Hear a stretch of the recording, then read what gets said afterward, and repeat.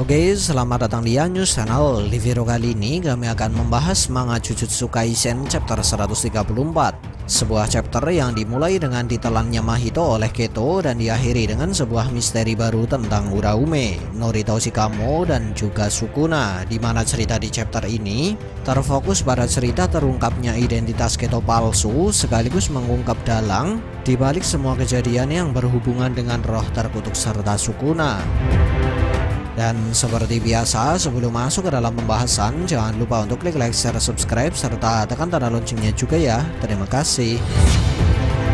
Kemudian langsung saja, berikut ini adalah pembahasan manga Jujutsu Kaisen chapter 134 yang sudah kami rangkum ke dalam beberapa hal menarik.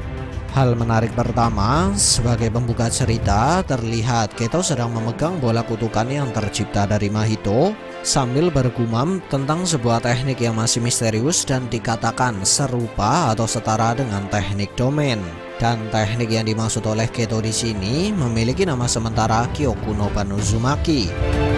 Dan menurut Geto, cara kerja dari teknik ini secara singkatnya adalah dengan menggabungkan atau memadukan semua kutukan yang sudah diserap oleh si pengguna dalam satu kesatuan hingga terciptalah semacam pusaran, di mana pusaran ini memiliki tingkat kepadatan energi kutukan yang sangat tinggi, dan semacam pusaran ini bisa digunakan untuk menyerang. Tapi walaupun demikian, perlu diketahui bahwa pada awalnya Geto tidak terlalu tertarik dengan teknik ini, karena pada saat dia menggunakan teknik ini, dia akan kehilangan banyak sekali keuntungan atau kelebihan dari setiap kutukan yang sudah dia serap.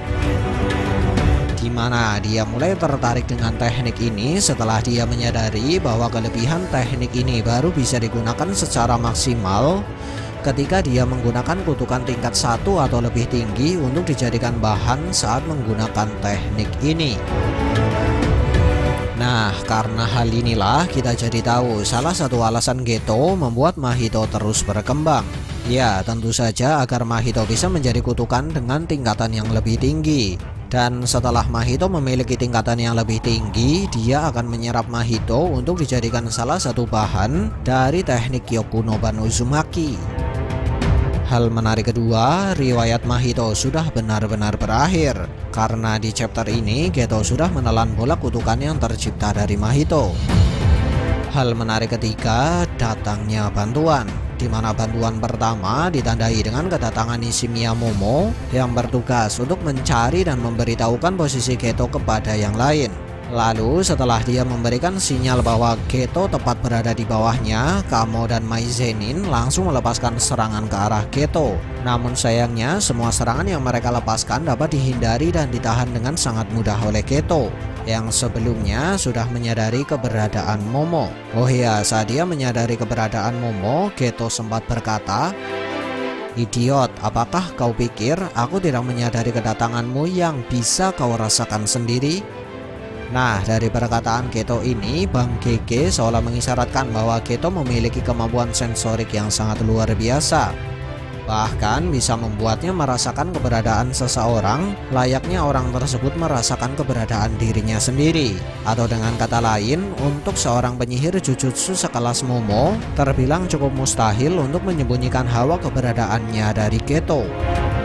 Hal menarik keempat, setelah melihat bahwa semua serangan dari teman-temannya dapat dihindari dengan mudah oleh Geto, dan setelah mengingat kembali apa yang terjadi padanya di masa lalu, Miwa kemudian memutuskan untuk menyerang Geto dengan teknik pedang miliknya, di mana sebelum dia melepaskan serangan terdapat sebuah monolog yang berbunyi, "Mempertaruhkan segalanya, mempertaruhkan semua yang sudah kulakukan atau kulalui sampai sekarang, sekaligus mempertaruhkan masa depan, bahkan jika aku tidak akan bisa mengayunkan pedang lagi."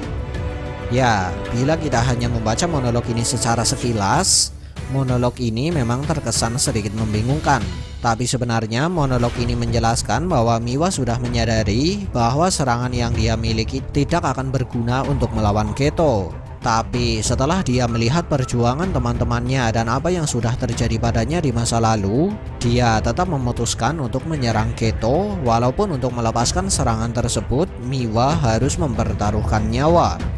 Karena itulah kami sempat mengatakan bahwa dia adalah salah satu karakter terbaik di seri Jujutsu Kaisen. Sebab walaupun kemampuannya tidak sehebat yang lain, dia selalu berusaha agar bisa berguna bagi yang lain dan lebih mementingkan temannya daripada dirinya sendiri. Ya, intinya Miwa bukan tim sorak lah yang cuma berteriak-teriak atau yang cuma manggil-manggil tokoh utama gitu.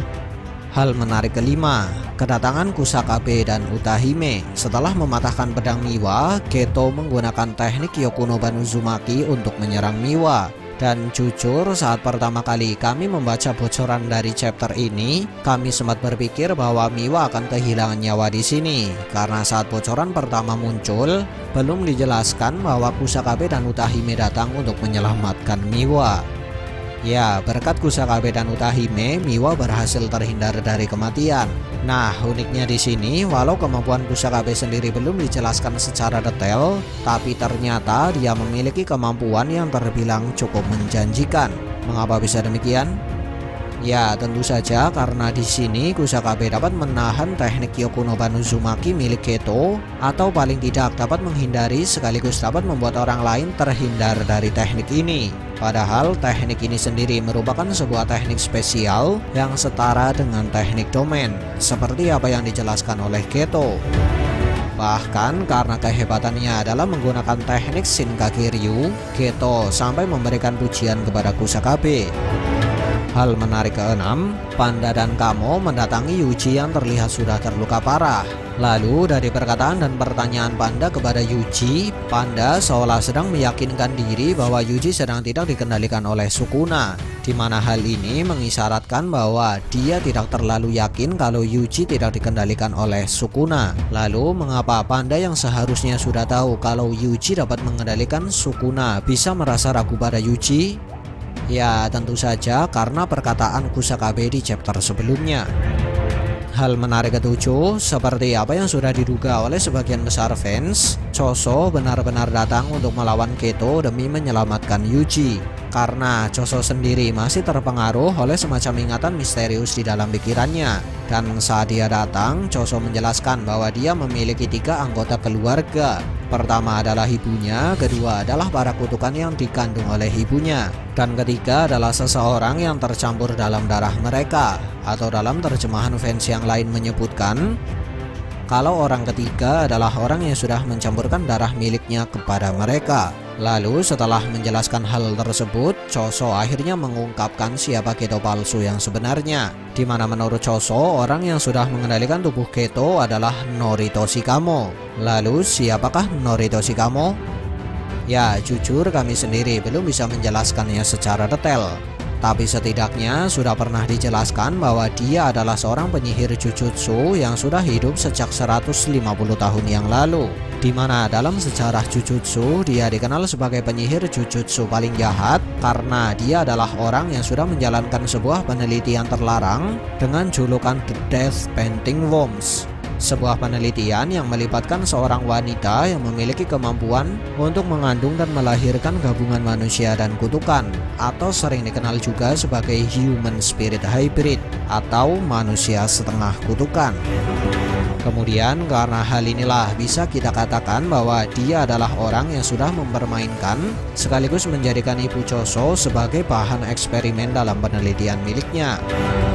Hal menarik ke-8, setelah mengetahui kalau orang yang mengendalikan Geto adalah Norito Shikamo, Kusakabe sempat berpikir dan berkata, teknik penghalang yang tidak masuk akal, alat terkutuk yang tidak masuk akal, dan memiliki teknik pengganti tubuh dalang dari semua kejadian. Ini masuk akal.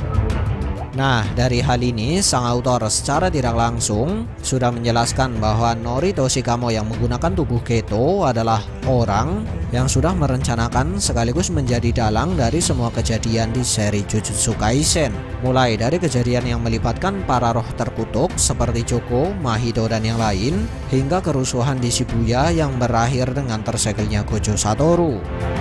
Hal menarik ke-9, Norito Shikamo memiliki nama atau julukan lebih dari satu, dan setidaknya itulah yang dijelaskan oleh sang autor lewat perkataan Kamo yang berbunyi, Kamo Noritoshi adalah salah satu dari sekian banyak nama, panggil aku sesukamu. Hal menarik ke-10, setelah Geto palsu mengkonfirmasi bahwa dirinya adalah Noritoshi Kamo, membuat Choso saat ini memiliki setidaknya 3 alasan untuk bertarung dengan Geto. Pertama, melindungi Yuji, kedua, membalaskan dendam ibunya, dan ketiga adalah alasan pribadi karena telah menyuruhnya untuk membunuh Yuji. Oh ya, sekali lagi kami ingatkan bahwa saat ini Choso masih terpengaruh oleh sebuah ingatan misterius yang terlahir di dalam pikiran Choso saat dia bertarung dengan Yuji. Hal menarik ke-11, di akhir cerita saat Choso sudah bersiap untuk menyerang Geto, tiba-tiba Uraume datang untuk membantu Geto dan mengatakan kepada Choso untuk diam di tempat. Lalu sebenarnya siapakah Uraume?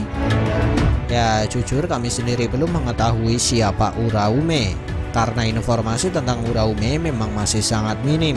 Tapi yang jelas, dia pernah memanggil Sukuna dengan sebutan Master di chapter 116. Lalu sebenarnya apa hubungan antara Uraume, Sukuna, dan Noritoshi Kamo?